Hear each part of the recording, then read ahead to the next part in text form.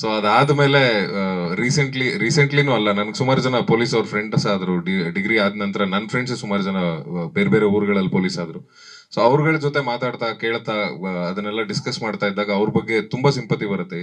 Actually Rishabh ಹೇಳ್ದಂಗೆ ದಿನಾ ಬೆಳಗ್ಗೆ ಆದ್ರೆ ನೀವು ಆಸ್ ಎ ಪ್ರೆಸ್ ಅವರು ನೀವು ಸುಮಾರು ಜನನ ಇಂಟರ್ವ್ಯೂ ಮಾಡ್ತಿರ್ತೀರ. ಸೊ ನಿಮ್ ತಲೆಯಲ್ಲಿ ಕ್ವಶನ್ಸ್ ಹುಟ್ತಾನೆ ಇರುತ್ತೆ. ಸೊ ಪೊಲೀಸ್ ಅವರು ದಿನಾ ಬೆಳಗಾದ್ರೆ ಒಬ್ಬ ಕೊಲೆಗಾರನ್ ಮೀಟ್ ಮಾಡ್ತಾರೆ, ಒಬ್ಬ ಕಳ್ಳನ್ ಮೀಟ್ ಮಾಡ್ತಾರೆ. ಅವ್ರ ನೆಗೆಟಿವ್ ಥಾಟ್ಸ್, ಅವ್ರನ್ನ ಇನ್ವೆಸ್ಟಿಗೇಷನ್ ಮಾಡೋ ರೀತಿ, ಅವ್ರ ಮೇಲೆ ಇರೋ ಪ್ರೆಷರ್, ಅವ್ರ ಮೆಂಟಲ್ ಪ್ರೆಷರ್, ಸೊ ಇದನ್ನೆಲ್ಲ ಅರ್ಥ ಮಾಡ್ಕೊಳ್ತಾ ಹೋದಾಗ ನಂಗೆ ಅವತ್ತೇ ಅವ್ರ ಬಗ್ಗೆ ತಿಳ್ಕೊತಾ ಹೋದೆ. ಬಟ್ ಈ ಸಿನಿಮಾ ಕಂಪ್ಲೀಟ್ ಆಗೋ ಅಷ್ಟೊತ್ತಿಗೆ ಅವ್ರ ಫ್ಯಾಮಿಲಿ ಹೆಂಗೆ ಒಂದು ಸ್ಟ್ರೆಸ್ ಅಲ್ಲಿ ಇರ್ತಾರೆ, ಅವ್ರ ಫ್ಯಾಮಿಲಿ ಹೇಗೆ ಅದನ್ನ ಸಪೋರ್ಟ್ ಮಾಡ್ತಾರೆ. ಈ ಯೂಶಲಿ ನಮಗೂ ಹೇಳ್ತಾರೆ ಸಿನಿಮಾದವ್ರು, ನೀವು ಮನೇಲೇ ಇರಲ್ಲ, ನೀವು ಊರೂರು ಸುತ್ತಾ ಇರ್ತಾರೆ ಶೂಟಿಂಗ್ಗೆ ಅಂತ. ಬಟ್ ಅವ್ರ ಕಥೆಗಳು ಕೇಳಿದ್ರೆ ನಮ್ಗಿಂತನೂ ವಿಭಿನ್ನವಾಗಿದೆ. ಅಷ್ಟು ನೆಗೆಟಿವಿಟಿನ ತಗೊಂಡು ಮನೆಗೆ ವಾಪಸ್ ಬರ್ತಾ ಪಾಸಿಟಿವ್ ಆಗಿ ಬರ್ಬೇಕಲ್ಲ, ಆ ವೈಬ್ನೆಲ್ಲ ಅಲ್ಲೇ ಸ್ಟೇಷನ್ ಬಾಗ್ಲ ಹತ್ರ ಬಿಟ್ಟು ಮನೆಗೆ ಬರ್ತಾ ಅವ್ರು ಪಾಸಿಟಿವ್ ಆಗಿ ಬರ್ಬೇಕು. ಸೊ ಆ ಚಾಲೆಂಜ್ ಇದೆಯಲ್ಲ, ಅದು ತುಂಬಾ ನನ್ಗೆ ಅವ್ರ ಬಗ್ಗೆ ಸಿಂಪತಿ ಆಗುತ್ತೆ.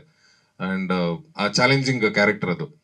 ಆ ಸಿಂಪತಿ ಯಾಕೆ ಬರುತ್ತೆ ಅಂದ್ರೆ, ನೀವು ಸ್ಟೇಷನ್ ಅಲ್ಲಿ ಎಷ್ಟೇ ಹಾರ್ಶ್ ಆಗಿದ್ರು ಮನೆಗೆ ಬಂದ ಅಷ್ಟು ಸಾಫ್ಟ್ ಆಗಿ ವೈಫ್ ಮತ್ತೆ ಮಕ್ಕಳ ಜೊತೆ ಇರ್ಲೇಬೇಕಾಗತ್ತೆ.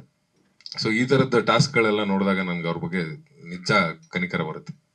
ಸಾಮಾನ್ಯವಾಗಿ ನನ್ನ ಮನಸ್ಥಿತಿ ಏನು ಅಂದ್ರೆ, ಆ ಥರ ಹೊಟ್ಟೆಯವ್ರಿಗೆ ಒಂದು ಸ್ಕೇಲ್ ಬಂದಾಗ ಪ್ರಮೋಷನ್ ಕೊಡಬಾರ್ದು ಅಂತ. ಅಂದರೆ ವಿ ಶುಡ್ ಆಲ್ವೇಸ್ ನಮಗೆ ಆದಂಥ ಒಂದು ಮೇಡಮ್ ಹೇಳಿದ್ರು ಚೆಕ್ ಲಿಸ್ಟ್ ಅಂತ, ಅದು ಮೀರಬಾರ್ದು ಯಾವುದೇ ಒಂದು ಕಾರಣಾಂತರಕ್ಕೂ. ಅದು ಎಲ್ಲೋ ಒಂದು ಈ ಒಬೆಸಿಟಿಗಳು ಜಾಸ್ತಿ ಆಗ್ಬಿಡುತ್ತೆ. ನಾವೇನು ಕಡ್ದು ಕಟ್ಟೆ ಹಾಕುವಂಥ ದೊಡ್ಡ ಕೆಲಸ ಏನು ಅಂಥದ್ದೇನು ನಮಗೇನು ಇರೋದಿಲ್ಲ. ಸ್ಟ್ರೆಸ್ ಇರ್ತದೆ, ಬಟ್ ಎಲ್ರಿಗಿಂತ ಜಾಸ್ತಿ ಕೆಲಸಗಳು ಮಾಡ್ತೀವಿ ನಾವು. ಅದ್ರ ಮಧ್ಯೆ ಏನಾಗುತ್ತೆ ಅಂದರೆ ಇದನ್ನು ಮರ್ತು ಬಿಡ್ತಾರೆ, ಯಾವುದನ್ನು ಅವರ ಫಿಸಿಕ್ನ. ಅಂದರೆ ಅದೇ ಬೇಕಾಗಿರೋದು ಸೊಸೈಟಿಗೆ.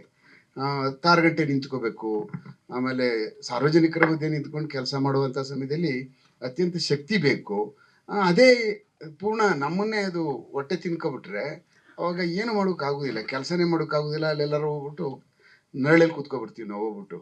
ಅದರಿಂದ ಅದನ್ನೆಲ್ಲ ಅವಾಯ್ಡ್ ಮಾಡಬೇಕು ಅಂತ ಅಂದರೆ, ನನ್ನ ಲೆಕ್ಕ ಈಗಿದಾರಲ್ಲ ರಿಷಬ್ ಶೆಟ್ಟಿ ಸಾಹೇಬ್, ಹಂಗೆ ನನ್ನ ಲೆಕ್ಕದಲ್ಲಿದ್ದರೆ ಕೆಲಸ ಸುಲಲಿತ ಆಗ್ತದೆ. ಹಾಗೆ ಪೊಲೀಸಲ್ಲಿ ತುಂಬ ಈ ಥರ ಒಬೆಸಿಟಿ ಇದೆ ಭಾಳ. ಅದು ಪೊಲೀಸಲ್ಲಿ ಕಮ್ಮಿ ಆಗಬೇಕು. ಅವರು ಸ್ವಯಂ ಶಿಸ್ತನ್ನೇ ಏರ್ಕೋಬೇಕು ಜೀವನದಲ್ಲಿ.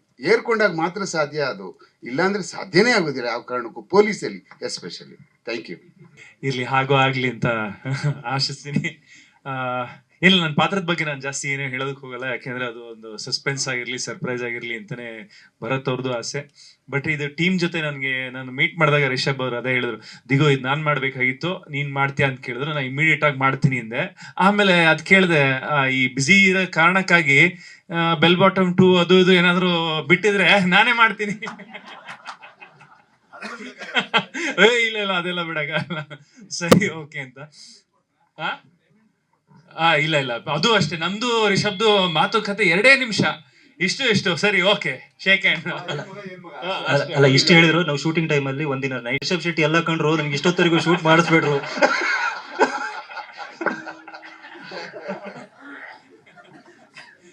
ಅಲ್ಲಿ ಅದು ಏನಂದ್ರೆ, ರಿಷಬ್ ಅವ್ರು ಮಲಗ್ತಾನೆ ಇರ್ಲಿಲ್ಲ. ಅವ್ರು ಹೇಳೋದು, ಅಣ್ಣ ಮಲಗ್ತಾನೆ ಇರ್ಲಿಲ್ಲ ರಿಷಬ್ ಅವರು. ಹಂಗ ನಾನ್ ಅದೇ ನೋಡಿದೆ, ಅಯ್ಯೋ ಈಗ ನನಗೂ ಹಂಗೆ ಕೆಲಸ ಮಾಡಿಸ್ತಾರ ಇವರು.